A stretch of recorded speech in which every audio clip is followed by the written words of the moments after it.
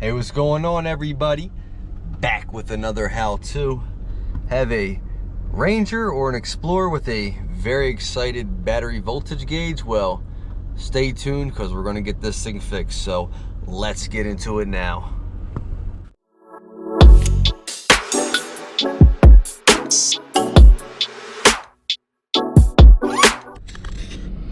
All right, so you can see that thing bouncing.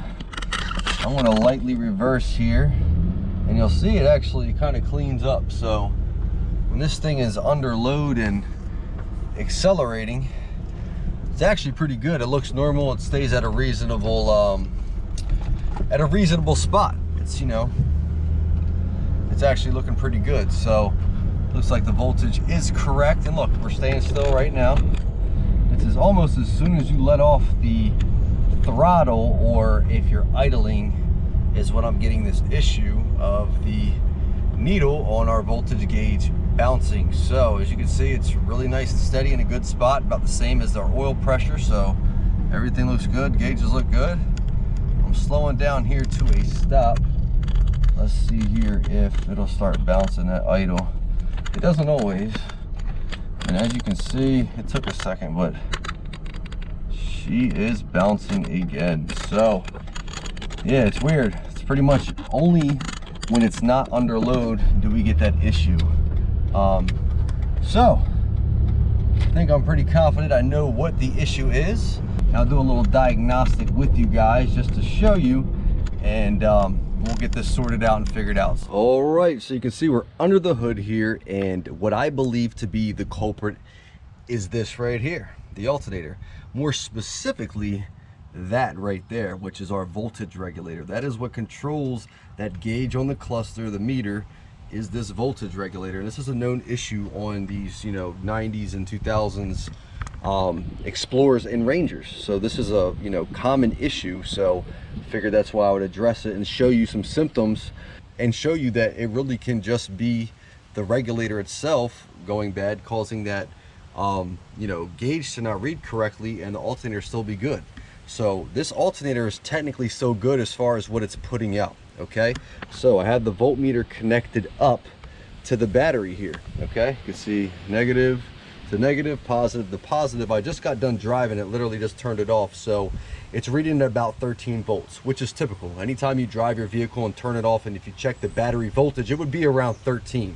A bad battery would be, you know, maybe in the 11s or low 12s. A good battery will read anywhere from 12.5, even sometimes 12.4, but like 12.4 to about 13 volts when the vehicle is off. So if the vehicle is not running, if I came out tomorrow morning, let this sit overnight, it probably would read about 12.5. So this is the range you want to look for if you have the vehicle off. So with the truck off, this is what we're looking at voltage wise, 12.5 to 13 volts. That's what you should read.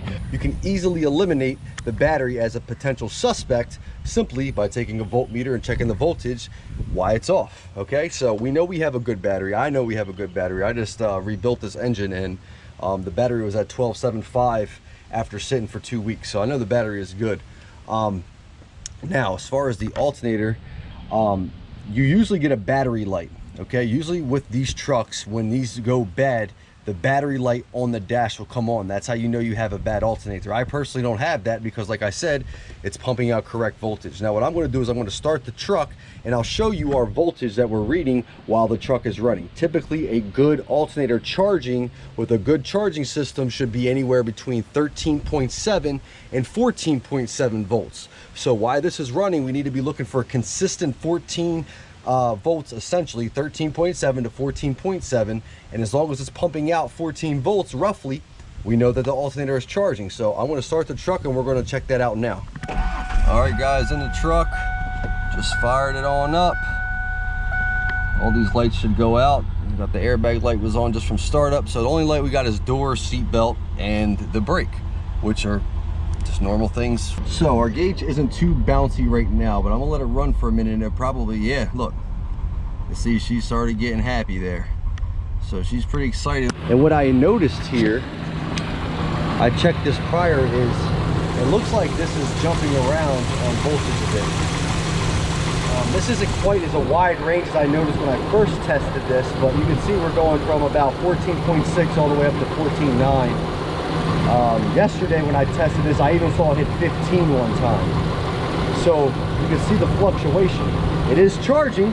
We're staying consistent at 14, but you see a lot of fluctuation on that point number. So 14 is consistent. There's a lot of fluctuation on this side, which I believe is relative to this fluctuating on that gauge. You know, if we go back and look at the gauge, he's bouncing. Not as bad as it can be, but you know, it's definitely steadily moving. All right, so we are bouncing, and if we go back to the voltmeter, this is still bouncing as well. Look, there it was, 15, 14.9, went up to 15, 15 again, there we go. So this is bouncing a little bit higher than it should. Like really, this truck should run probably about 14.5 to 14.7. That's where I typically see this at, and it should stay steady. You might see it like 14.66, go up to 14.67, and it'll just bounce between those 2 points. This is a bigger fluctuation than it really should have, and I do believe that is reflecting what we're seeing on the gauge.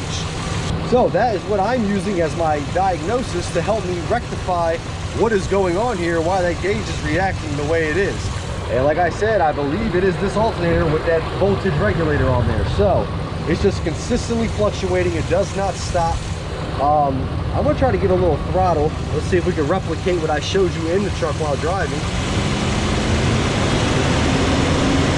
Look, consistent. A lot more consistent. So I barely held that. It was probably at like, you know, 2 RPMs what I just held it. You can see that it stayed more consistent, right?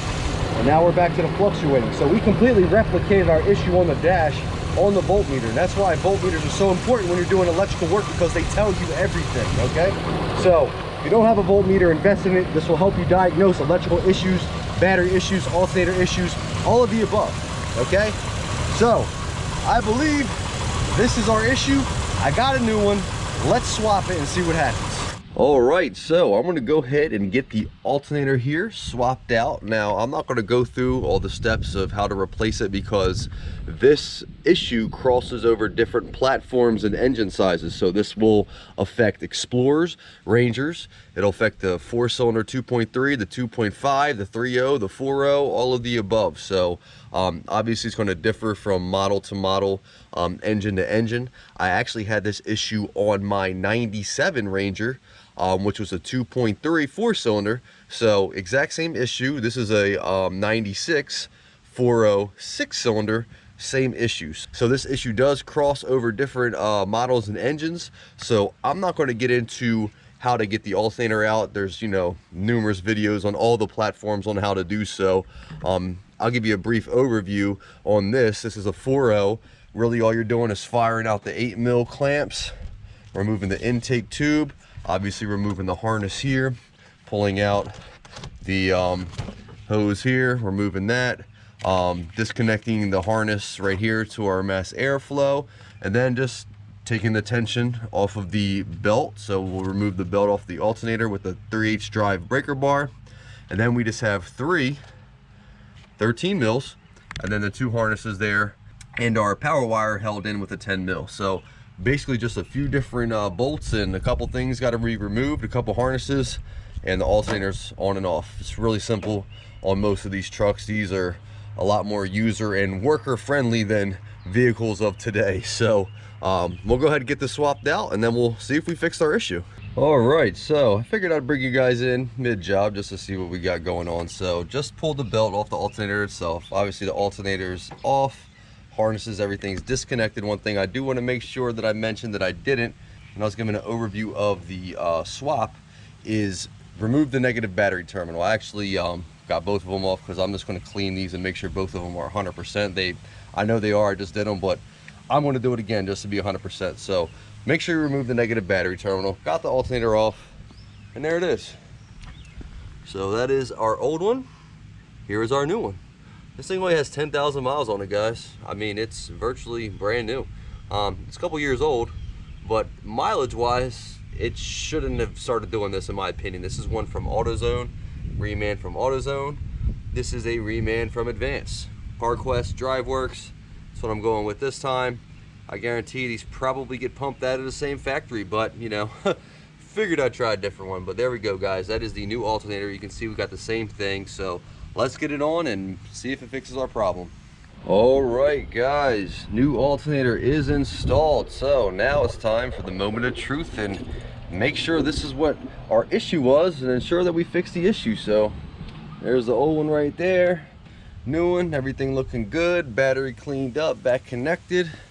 I promise I didn't cheat and starting this with you guys. So let's see what we got here.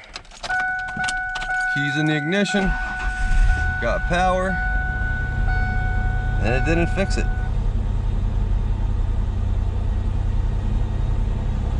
Nice. All right, guys, I am back after that last clip of the alternator not fixing the issue, but if you notice, it's fixed. I figured it out, so I'll review that now. All right, guys, here we are under the hood.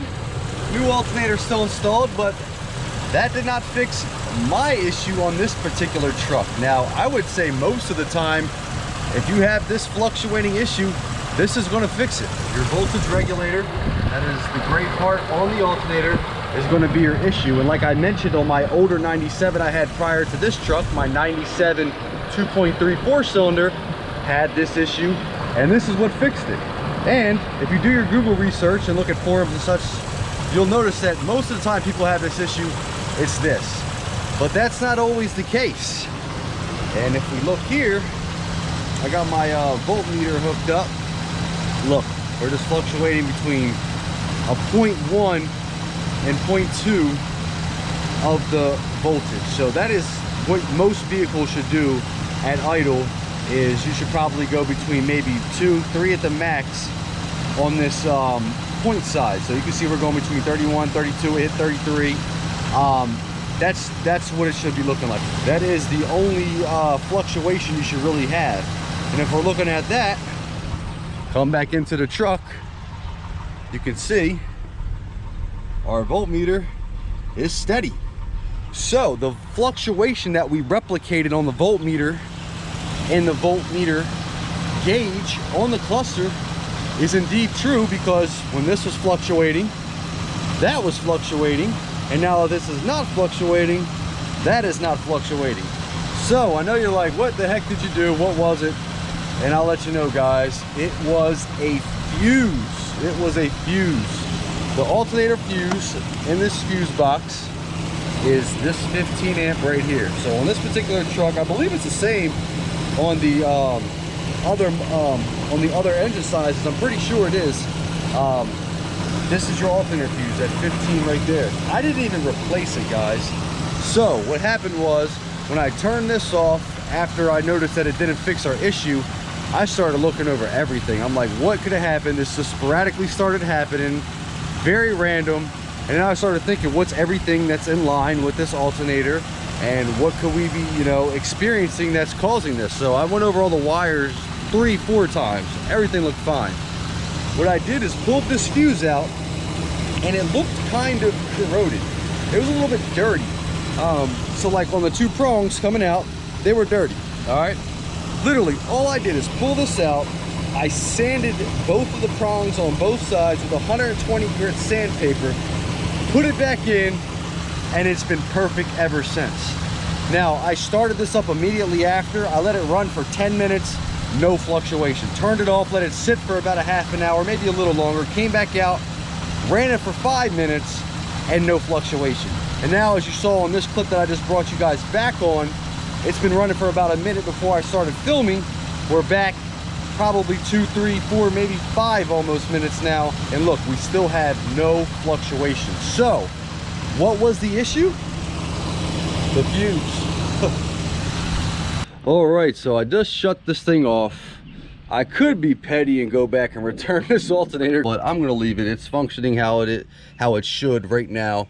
Everything's together. I'm just gonna leave it. I got this for $100 with discount codes and speed perk rewards off of Advance. So, you know, $100 for alternator in this day and age, I'm not gonna complain. We'll leave it. And I got a fresh alternator now. So I'm gonna review everything I would check if you are experiencing this issue. Even though the alternator was not my issue, I still think most of the time if you're having this problem, that is going to be your issue. But before you go buying an alternator, because you might not really have to, I'll tell you what you need to do. You need to check your terminals, obviously make sure they're clean, make sure your connections are good on both the wire and here. These are aftermarket terminals, so they're going to be a little bit different than stock, but I'm pretty sure most people probably have aftermarket terminals on 20 to 30-year-old vehicles by now. But make sure your connections are tight, good, they're not loose, make sure they're clean. You got a ground here, you got a ground down there by your starter, you got a couple other little grounds like grounds in here. You got your ground strap there on the back firewall. I mean, there's little grounds everywhere. The two main grounds that really are going to affect you the most are going to be this one here. It's kind of hard to see, but the wire coming right off of the battery, the sun's killing me. There is a 11 mil nut there. So you got one right there, and then that one down there on the starter, okay? They're going to be your two main grounds. Ensure those are clean, make sure they're perfect, make sure all your connections at the battery are good, make sure you got a secure connection, everything looks good on the alternator.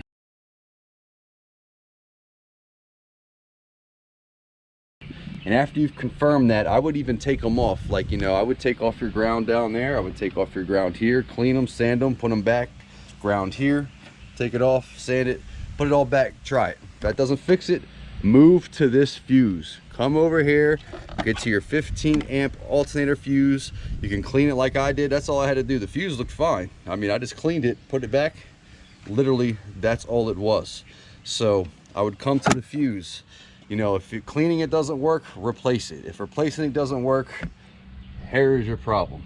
One of these things, either a bad connection, grounds, fuse, or alternator, 99% of the time is going to be one of these things that is causing this issue. I think most of the time, maybe 80 to 85%, you're probably going to have a bad alternator.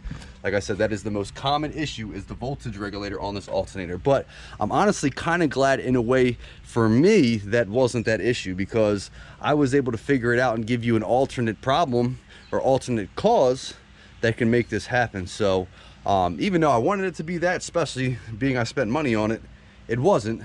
But it's good for this video's sake that I can give you a real world experience and show you, you know, even though if you do your research, that's probably what you're going to see is your culprit every time, there are other possibilities, and the fuse being one of them. So like I said, I've cycled this a few times. I've got not a fluctuation at all since I've pulled that fuse out. I'm actually going to drive this a little distance later today, so that'll be the true test if this fixed our issue. But if anything changes, I'll definitely check back. If not, this is resolved. Okay, so if I find anything wrong or get more fluctuation, something else happens, I'll cut back in with a clip and, you know, I'll explain everything, obviously. But as for right now, I'm deeming this fixed. It fluctuated enough since it started that all the running and testing that I've done, it would have done it by now. So I'm pretty confident that we fixed the issue, but if anything changes, like I said, I'll cut back in with the clip at the end of this video and we can review from there. But my problem seemed to be the fuse. Like I said, it's a good chance it could be the alternator. Also could probably be your battery connections, but these are easy things that you could check. You know, if you got a voltmeter, easy things that you can read, like how I was showing the fluctuation on the voltmeter. These are easy things you can do yourself. They really are. It's not hard. So even replacing the alternator on any engine size, it's not hard. These are easy trucks to work on. So overall, that's it, guys. I'm hoping this helped. So hey, if you got some fluctuation on your gauge, I'm hoping this video helped you find it, resolve it, or at least give you some insight as to what the problem isn't. So all right, so as you can see, I'm back in the truck, but with good news. Figured I'd give you guys one last clip here to show you that this actually worked and everything is good, that the fuse was the issue. If anybody was paying attention to the mileage, it's got about 40 miles on it now since we did the project. So since we fixed the, you know, replaced the alternator and fixed the fuse, it's 40 miles. Everything has been perfect. That's been multiple drives, multiple startups. Let's check it out. Bang. It's perfect, guys. Nice and steady. No fluctuation. I haven't seen it move once, not once, since we did this. So that was it, guys. So make sure you check everything even your fuses, because it could be something that simple. So I hope this helped with resolving, or at least steering you in the right direction on sorting out the fluctuation of your voltage meter on your cluster. Make sure you stay tuned, because you never know when I might be wrenching on this thing again. And until next time, guys.